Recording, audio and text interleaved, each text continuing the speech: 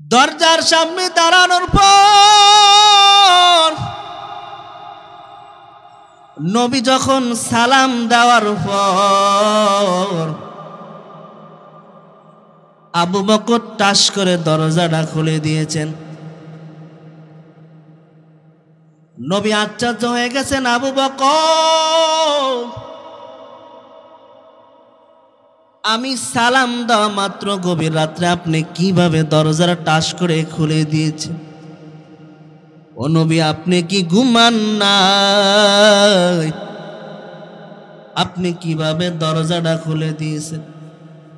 ও নবী, এত গভীর রাত, দরজা টুক্কা দেই নাই, বরং দরজার সামনে আসি আমি নবী সালাম প্রদান করছি। ও আবু বকর, আপনি কি কোনো গুমান নাই? সালাম দেওয়ার সাথে সাথে আপনি দরজাটা খুলে দিয়েছেন। আবু বকর বলেন, আল্লাহর জাতের কসম, নবী একদিন আপনি আমাকে ইশারা দিয়ে বলেছেন, ও আবু বকর, মক্কা থেকে মদিনা হিজরতের বন্ধু হবা তুমি। ও নবী, আল্লাহর জাতের সিফাতের কসম, ওই দিন থেকে আমি আবু বকর দিনের বেলায় যা করি, আমি আবু বকর রাত্রি বেলা আমি একটুর জন্য ঘুমাই নাই। আমি দরজার সামনে দাঁড়ায়া দাঁড়ায়া নবীর জন্য অপেক্ষা করি। ওগ নবীর উম্মতেরা,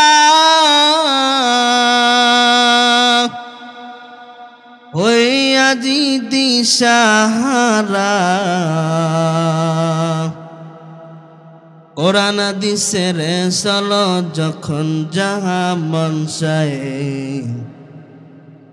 নবী বিনে কে দাঁড়াবে কুল সিরাত মিজানে, নবী বিনে কে দাঁড়াবে কুল সিরাত মিজানে। এমন এতিম নবী আমার,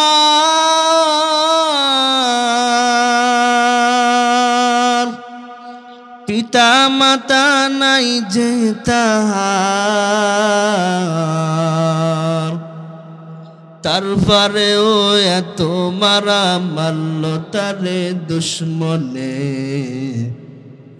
নবী বিনে কে দাঁড়াবে কুল সিরাত মিজানে, নবী বিনে কে দাঁড়াবে কুল সিরাত মিজানে। আবু বকর বলেন, নবী আমি আবু বকর ঘুমাই নাই তা নয়, আমার মেয়ে আসমাও রাত্রিবেলা রুটি বানায় বানায় নাস্তা বানায় বানায় আপনার জন্য অপেক্ষায় আছে। মায়ার নবী সফরে যাবে, দৈনিক নাস্তা বানায় বানায় নবীজির জন্য অপেক্ষা। ও নবী, আমার মেয়ে আসমা ঘুমায় না, দৈনিক আপনার জন্য নাস্তা বানায় বানায় অপেক্ষায় করে, নবী কখন আসবেন আমার ঘরে? ও নবী, ওই যে দেখেন উট, তাকা দেখেন ওই উটটাও আমরা যতদিন পর্যন্ত ঘুমাই নাই, উটটাও অতদিন পর্যন্ত ঘুমায় নাই। উটটা শুধু অপেক্ষা নবীজি কখন আসবেন আর আমার পিঠে চড়ে মদিনায় সফরে যাবেন।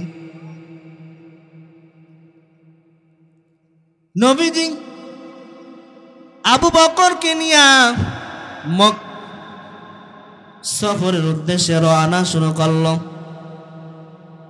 রওনা দেওয়ার পর যখন নবী আর আবু বকর হাঁটতেছেন, আঁকা বাঁকা পথ, আবু বকর একবার পিছে যায় আর একবার সামনে যায়, আবু বকর একবার ডান দিকে যায় আর একবার আবু বকর বাম দিকে যায়। নবীজি বলেন, আবু বকর আপনি একবার ডান দিকে যান আর একবার বাম দিকে যান, একবার পিছনে যান, একবার সামনে যান। কারণ বলল নবী আপনি কি জানেন না আপনি মায়ার নবী, দুশ্মনেরা যদি আপনাকে দূর থেকে যদি তীর নিক্ষেপ করে, আর আমি আবু বকর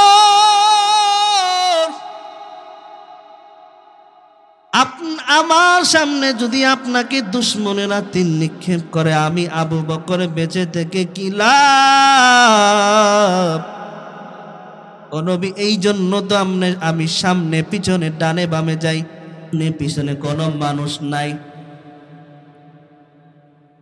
ওমর তার হাতকে বালিশ বানায় তিনি জমিনের ভিতরে শুয়ে আছেন। এই অবস্থায় ওমরকে মারা বড় সহজ হবে, সহজ। বিশাল তরবার নিয়ে যখন ওমরকে মারার জন্য যখন সামনে রওনা শুরু করল, সামনে যাওয়ার পর দেখে ওমর একা শোয়া না, তার চতুর্পাশে বিশাল একটা বাঘ পাহারা দেয়। সুবহানাল্লাহ কি কইবেন না? যাক মাহফিলের পর বাড়ি যায় কইবেন। কি দেখছেন? বিশাল একটা বাঘ দেখতেছে, ওমরের চারপাশে পাহারা দিতেছেন। সে ওমর কেমন নবীজির পাগল ছিলেন? আল্লাহ রসুল বলেন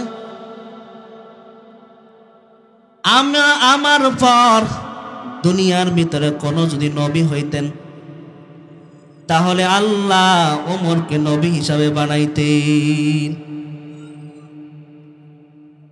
ওমর ছিলেন কি?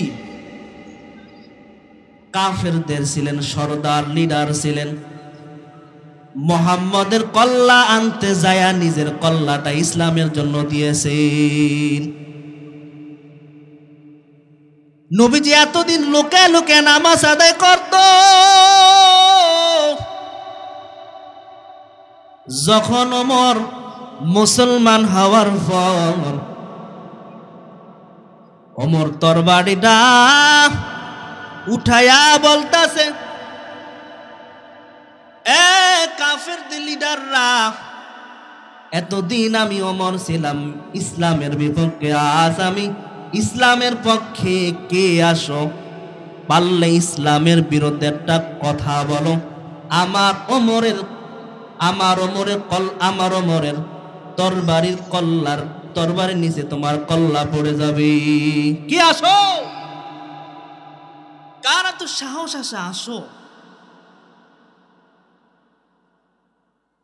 সে ওমরের কেন দাম হয়েছে? নবীজির সোহবাতে ছিলেন, নবীকে মহব্বত করেছেন। আজ নবীকে মহব্বত করার কারণে মাথায় পাঁচকল্লি টুপি পরি, জুব্বা পরি,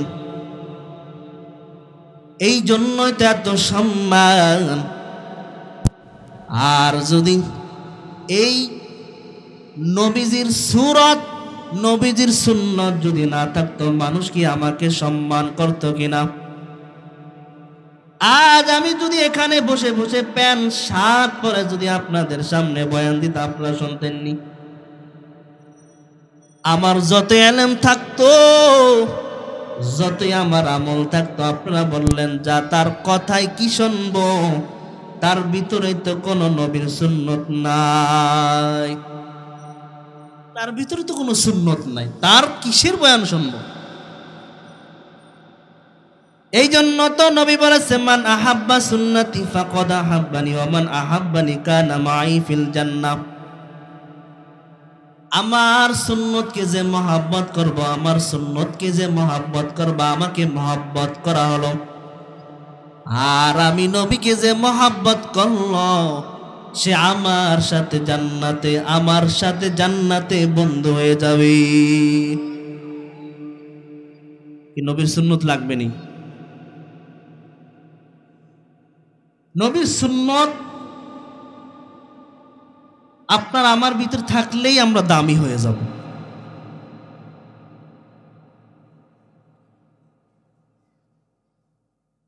নবীজি একদিন আম্মা জান আয়েশাকে বলতেছেন, আয়েশা, ওই যে আকাশে তারকা দেখো, এই আকাশে তারকার চাইতো একজনের আমল আকাশের তারকার চাইতো বেশি। আকাশের তারকা কি আমরা কখনো গুনছি? কখনো গণনা করছি যে আকাশের তারকা কত? বৈজ্ঞানিকরাও আকাশের তারকা গুনতে পারে নাই। কি পারছেনি? নবী বলেন, আয়েশা, ওই যে আকাশের তারকা দেখো, তার চাইতেও কিন্তু একজনের আমল সব চাইতে বেশি। আয়েশা মনে মনে ভাবলেন, এটা মনে হয় আমার বাবা আবু বকরের কথা বললেন। মনে মনে আয়েশা খুশি। নবী বললেন, আয়েশা শুনো,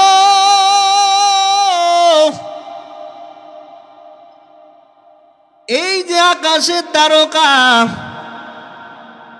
তার চাইতে কিন্তু আমল সবচাইতে বেশি ওমর। এই কথা শোনার পর আয়েশা তার মুখটা ছোট হয়ে গেছেন, তিনি বেজার। আয়েশা মনে মনে ভাবলেন যে মনে হয় আমার আব্বা আবু বকরের কথা বলবেন, কিন্তু না না, আল্লাহ রসুল বলছেন ওমরের কথা।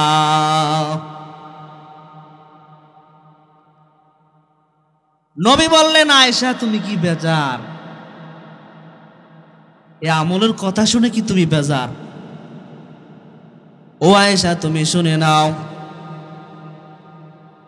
আবু বকরের একদিনের ইবাদত, এক রাত্রের ইবাদত তাম পৃথিবীর মানুষের যদি এক পাল্লায় রাখা হয়,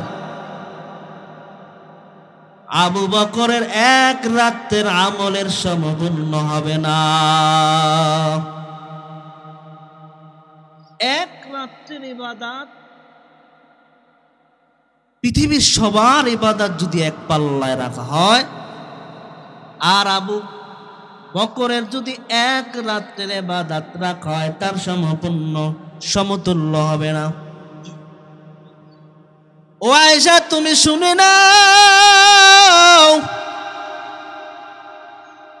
আবু বকরের দুইটা ত্যাগ আমার আল্লাহ এত পছন্দ করেছেন। তখন আয়েশা বললেন, এখন একটু ভালো লাগছেন যে আমার বাবার কথা বলতেছে, নবী একটু শুনিনি। তখন বললেন, নবী বলেন, ও আয়েশা, তুমি শুনে নাও, আমি যখন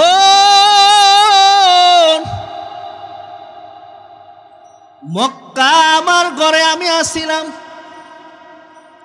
আমার শত্রুরা আমাকে মারার জন্য আমার ঘরের চতুর্দিকে ব্যারিকেড দিয়া আমাকে মারার জন্য তারা ঘরে ঢুকবে। আমি রাসূল বড় চিন্তিত। তখন আমার আল্লাহ বলেন, ও মায়ার নবী, আমি যেভাবে কোরআনকে আমি নিজে হেফাজতের দায়িত্ব নিয়েছি, আমি যেভাবে কোরআন আমি নিজেই হেফাজতে নিয়েছি, ও নবী কোনো টেনশন করবেন না, আমি আল্লাহ আপনার হেফাজতের দায়িত্ব আমি আল্লাহ এককভাবে নিয়েছি।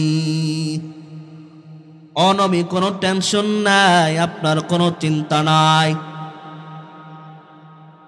ও নবী, আপনি হাতের ভিতরে এক মুষ্টি বালু নিয়ে আপনি ওই বালুর ভিতরে পড়েন বিসমিল্লাহির রহমানির রহিম ইয়াসিন আল কুরআনিল হাকিম ইন্নাকা লামিনাল মুরসালিন আলা সিরাতিম মুস্তাকিম তানজিলাল আজিজির রহিম। ও নবী, আপনি সূরা পড়ে বালুর ভিতরে দম করেন, তারপরে আপনি চারদিকে আপনি ঘরের চতুর্দিকে বালুগুলা মারেন, দেখবেন ওই কাফেরের চোখের ভিতরে আমি আল্লাহ পৌঁছানোর দায়িত্ব। নবী দম করে সূরা পড়ে দম করে নবী যখন বালুগুলা মারলেন, সব কাফেরদের চক্ষুগুলা অন্ধ হয়ে গিয়েছেন। নবী ওই ঘর থেকে বের হয়ে আবু বকরের ঘরের সামনে দরজার সামনে দাঁড়িয়ে গেলেন। দরজার সামনে দাঁড়ানোর পর নবী যখন সালাম দেওয়ার পর আবু বকর টাস করে দরজাটা খুলে দিয়েছেন। নবী আশ্চর্য হয়ে গেছেন, আবু বকর, আমি সালাম দেওয়া মাত্র গভীর রাত্রে আপনি কিভাবে দরজাটা টাস করে খুলে দিয়েছেন? ও নবী, আপনি কি ঘুমান নাই? আপনি কিভাবে দরজাটা খুলে দিয়েছেন? ও নবী, এত গভীর রাত, দরজা টুক্কা দেই নাই, বরং দরজার সামনে আসি আমি নবী সালাম প্রদান করছি। ও আবু বকর, আপনি কি কোনো ঘুমান নাই? সালাম দেওয়ার সাথে সাথে আপনি দরজাটা খুলে দিয়েছেন। আবু বকর বলেন, আল্লাহর জাতের কসম, নবী একদিন আপনি আমাকে ইশারা দিয়ে বলেছেন, ও আবু বকর, মক্কা থেকে মদিনা হিজরতের বন্ধু হবা তুমি। ও নবী, আল্লাহর জাতের সিফাতের কসম, ওই দিন থেকে আমি আবু বকর দিনের বেলায় যা করি, আমি আবু বকর রাত্রি বেলা আমি একটুর জন্য ঘুমাই নাই, আমি দরজার সামনে দাঁড়ায়া দাঁড়ায়া নবীর জন্য অপেক্ষা করি। ওগ নবীর উম্মতেরা, হইয়া জি দিশাহারা, কোরআন হাদিসের চলো যখন যাহা মন চায়, নবী বিনে কে দাঁড়াবে কুল সিরাত মিজানে, নবী বিনে কে দাঁড়াবে কুল সিরাত মিজানে। এমন এতিম নবী আমার,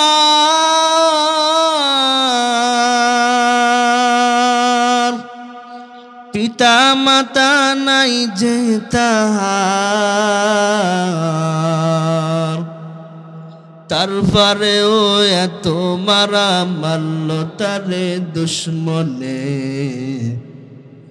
নবী বিনে কে দাঁড়াবে কুল সিরাত মিজানে, নবী বিনে কে দাঁড়াবে কুল সিরাত মিজানে। আবু বকর বলেন, নবী, আমি আবু বকর ঘুমাই নাই তা নয়, আমার মেয়ে আসমাও রাত্রিবেলা রুটি বানায় বানায় নাস্তা বানায় বানায় আপনার জন্য অপেক্ষায় আছে। মায়ার নবী সফরে যাবে, দৈনিক নাস্তা বানায় বানায় নবীজির জন্য অপেক্ষা।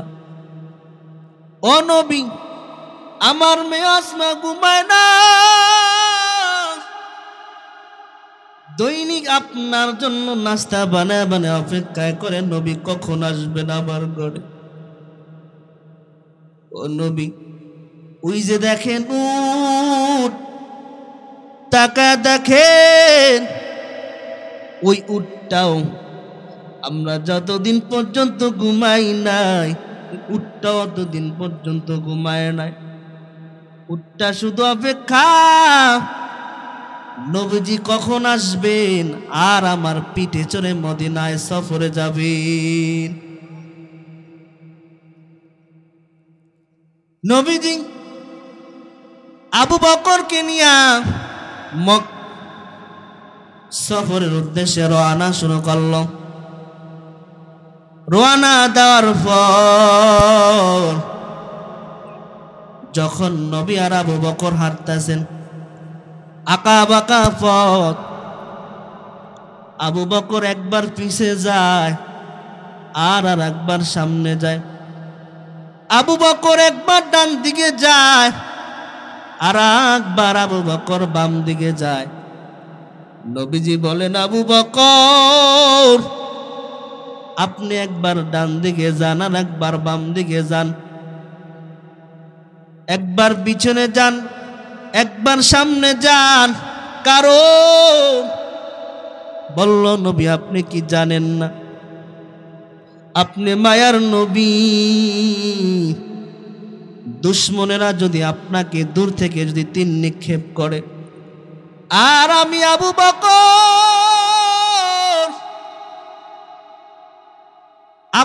আমার সামনে যদি আপনাকে দুশ্মনেরা তীর নিক্ষেপ করে, আমি আবু বকর বেঁচে থেকে কি লাভ?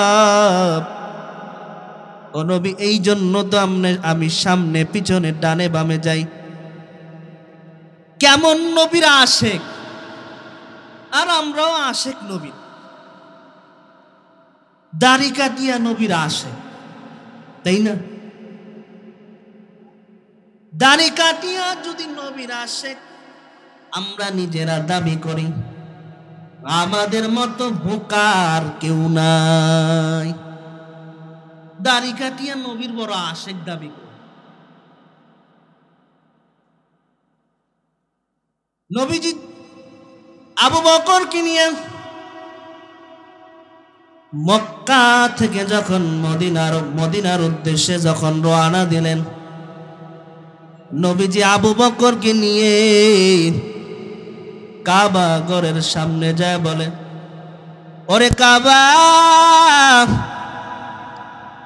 আমার কওমের কারণে আমার গোত্রের কারণে আমি সঠিকভাবে এই জায়গায় আমি চুমা লাগাইতে পারি না, আমি আঞ্জা করে আমি তোরে জড়াইতে পারি নাই, সুন্দর করে নামাজ আদায় করতে পারি না।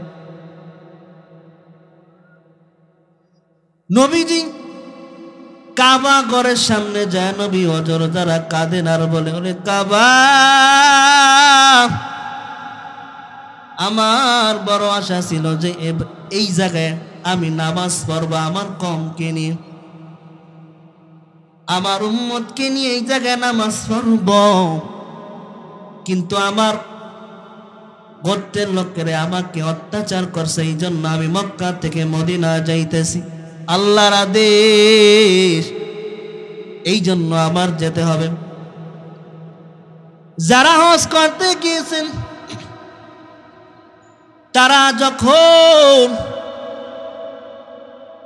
ওই কাবা ঘরের সম্মুখে যায়, যখন কাবার দিকে তাকায়, যারা গিয়েছেন তারা বুঝতে পারেন কতটাই না মজা।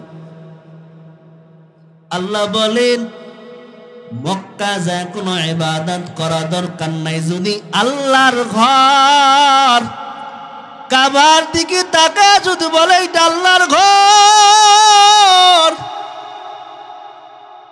যদি এইভাবে যদি বলে এটা আল্লাহর ঘর, যদি তাকায় থাকে তার আমল নামে আল্লাহ সব লিখতেই থাকে।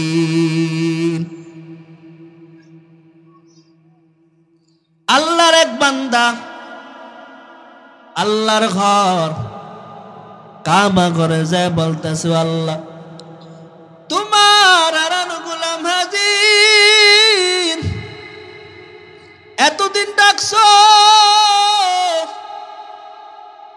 ও আল্লাহ, তোমার বান্দা তোমার ঘরে হাজিরা দিতে পারে না আল্লাহ, একটু আমার ডাকে সাড়া দাও। তোমার হারানো গোলাম তোমার দরজায় এসে হাজির, ও আল্লাহ একটু সাড়া দাও।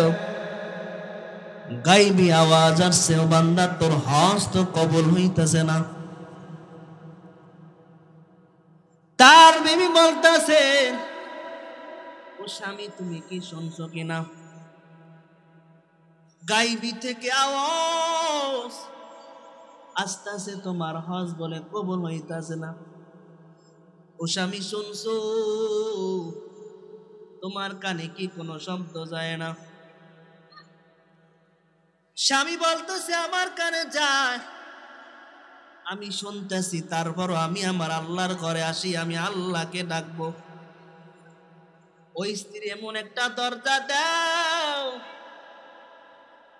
যেই দরজার সামনে দাঁড়ায় আমি রাব্বাইক রাব্বাইক বলবো, এমন একটা দরজা আমাকে দেখায় দাও, যেই দরজার সামনে যায় আল্লাহকে ডাকি। এমন আসেনি? স্ত্রী বলে না, আল্লাহর ঘর ছাড়া, এই কাবা ছাড়া তার কোনো দরজা নাই। স্বামী বলতেছে, ও স্ত্রী আমার, আল্লাহ যতই বলুক না কেন বান্দা তোর হজ কবুল আমি করি নাই, তারপরও আমি আল্লাহর ঘর তাওয়াফ আমি করবই করব, আমি থামবো না।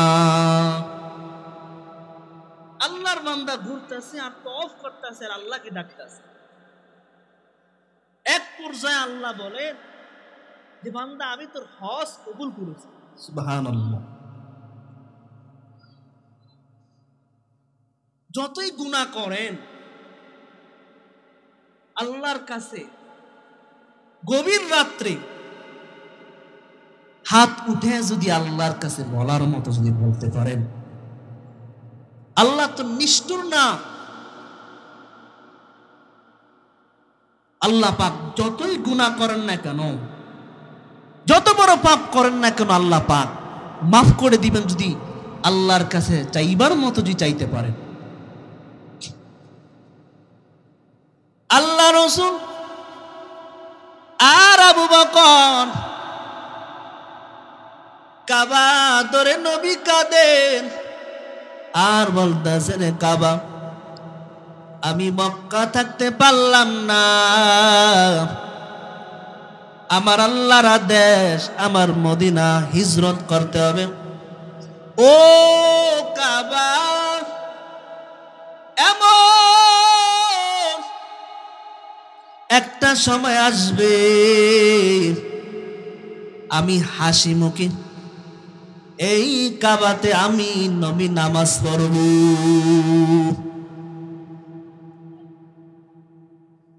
আবু বকর আর নবী রওনা শুরু করলেন মক্কার উদ্দেশ্যে, মদিনার উদ্দেশ্যে হিজরতের। নবী আর আবু বকর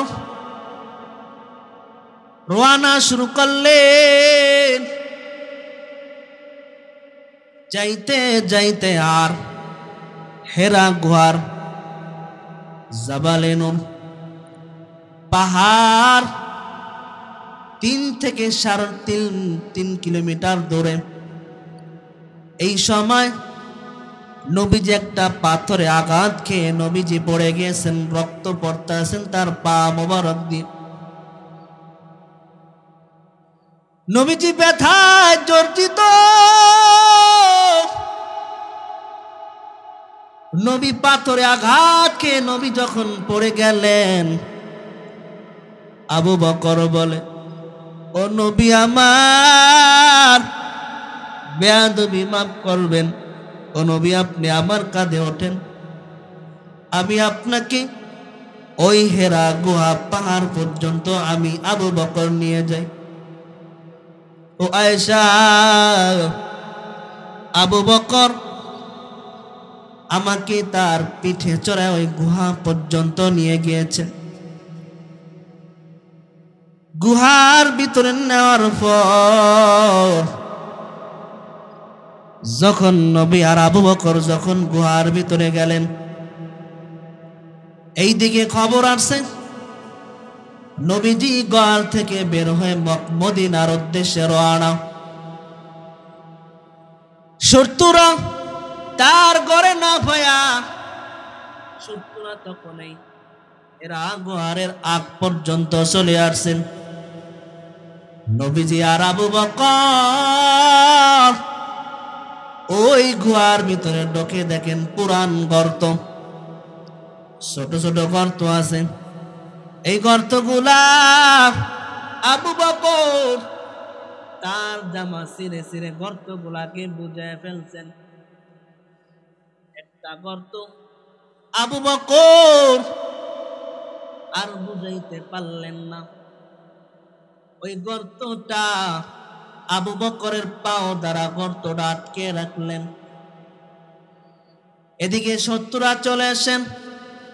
চলে আসার পর যেই জায়গা দিয়ে গুহার ভিতরে ঢুকছেন, বিশাল গর্ত, গুহার ভিতরে কারা আছেন সব দেখা যায়। আল্লাহর কি কুদরত! গুহার ভিতরে মাকড়সায় জাল বোনা শুরু করলেন, আর গুহার দরজার ভিতর আসিয়া কবুতর ডিম পেড়েছেন।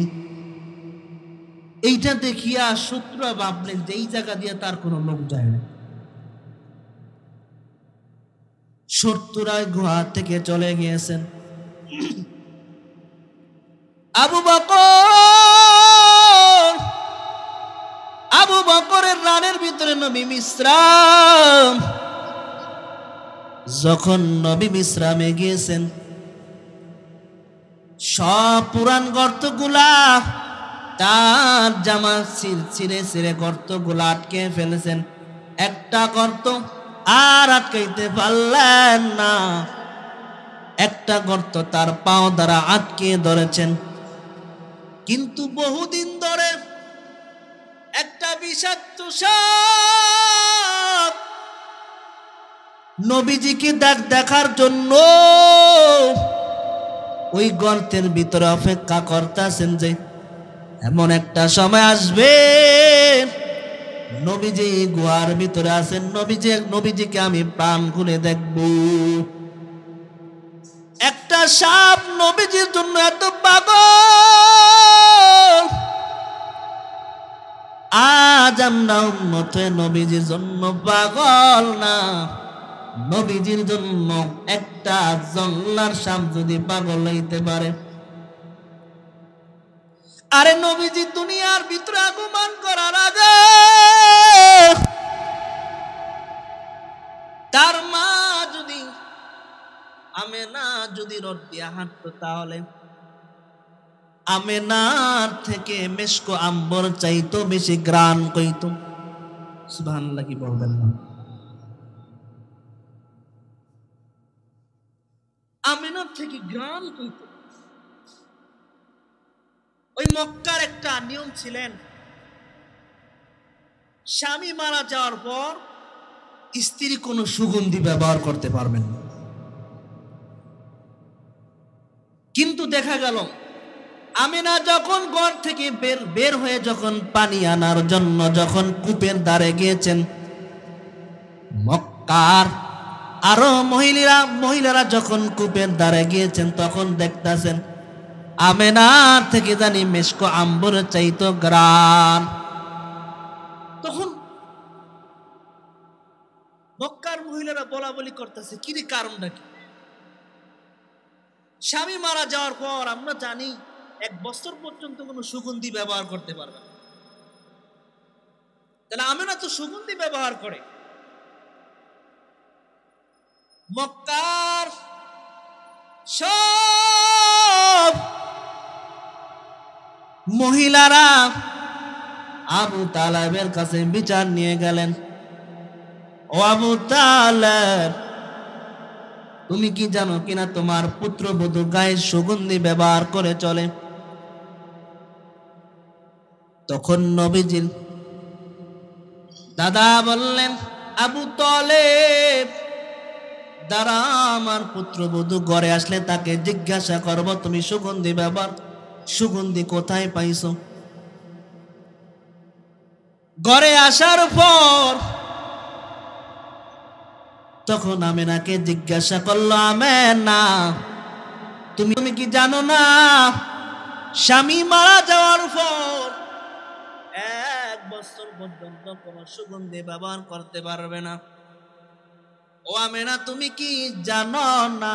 তুমি কেন সুগন্ধি ব্যবহার করো? তখন আমিনা বলে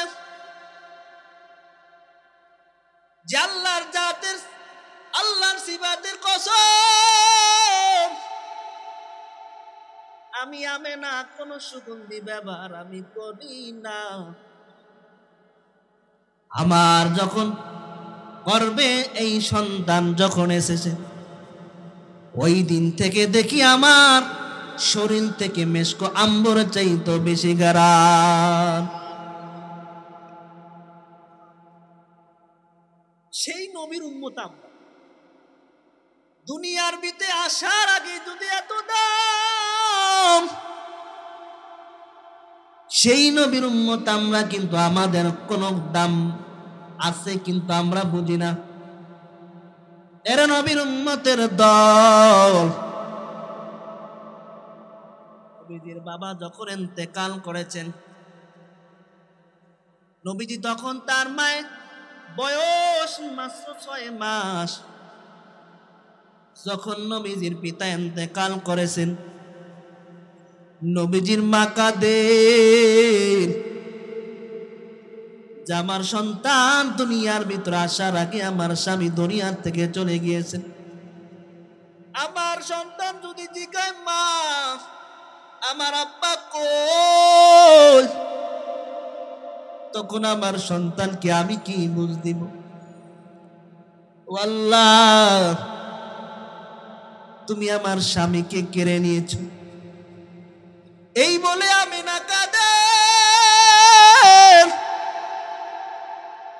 আল্লাহ বলেন, জিব্রাইল যাও, আমার নবীর আম্মার কান্দা আমার কাছে খারাপ লাগে, আমার কাছে ভালো লাগে না, তুমি তাড়াতাড়ি যাও,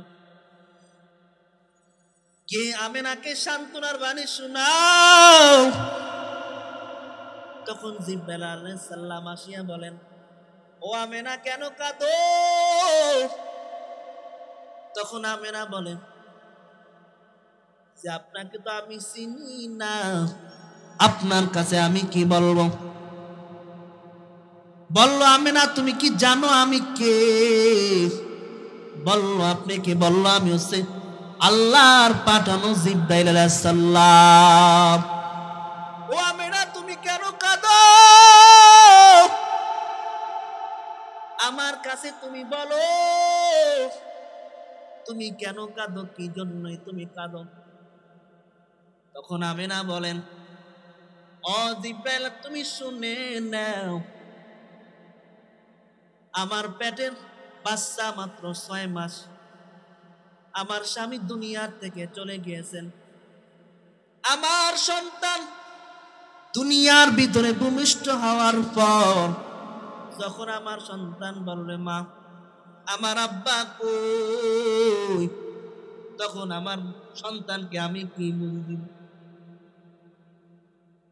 আমার সন্তান যখন খেলার বয়স হবে, তখন আমার সন্তানকে কে খেলনা কিনে দিবে, কে আমার সন্তানকে কোলে নিয়ে মাঠে ঘুরাই?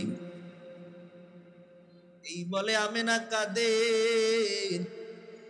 জিব্রাইল আলাইহিস সালাম বলেন, ও আমিনা, তুমি কেঁদো না, তুমি কি জানো তোমার গর্ভে কে বললো না? তোমার গর্ভে যে, তার জন্যই তো আল্লাহ বিশাল এই পৃথিবীটাকে আল্লাহ সৃষ্টি করেছেন। ও আমিনা, এই সন্তান দুনিয়ার ভিতরে আসার পর তার নামও তুমি রাখতে পারবে না, স্বয়ং তার নাম রাখবেন আল্লাহ। ও আমেনা, তুমি জানো সে দুনিয়ার ভিতরে নবী হয়ে আগমন করবে। ও আমেনা, তুমি বলছো আমার সন্তান যখন খেলার বয়স হবে তখন আমার সন্তানকে কে খেলনা কিনে দিবে। ও আমেনা, তুমি কেঁদো না। আমেনা তখন বললেন, ও জিব্রাইল, তখন কি হবেন? তখন বললেন, তোমার সন্তান কোন সাধারণ খেলনা দিয়ে তোমার সন্তান খেলবে না, তোমার সন্তান খেলবে পূর্ণিমার চাঁদ দিয়ে। ও আমেনা, কোনো টেনশন নাই, কোনো টেনশন নাই। আল্লাহ পাক যাকে দুনিয়ার ভিতরে শ্রেষ্ঠ বলে পাঠাইছেন সেই শ্রেষ্ঠ নবীর উম্মত আমরা। সেই শ্রেষ্ঠ নবীর উম্মত হয়ে আমাদের ভিতরে সেই কোনো দামের কোনো খেয়ালই নেই যে আমরা কি নবীর উম্মত হইলাম। আবু বকর যখন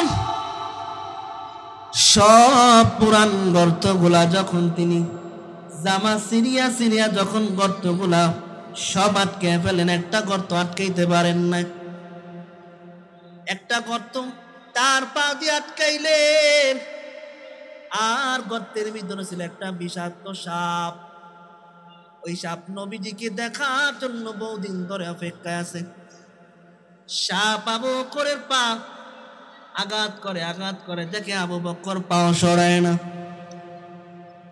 তার কামড় দেওয়ার কোনো নিয়ত নাই। সাপ কি করলো? আবু বকর দেখতেছেন পাও লড়াইতেছেন না, আঘাত করলো। আঘাত করার পর আবু বকরের গাল বেয়ে পানি পড়তেছে। পানি পড়ার পর নবীজি তখন সজাগ হয়ে বলল, আবু বকর কি হয়েছে? সে আবু বকর কেনই দাম হয়েছে?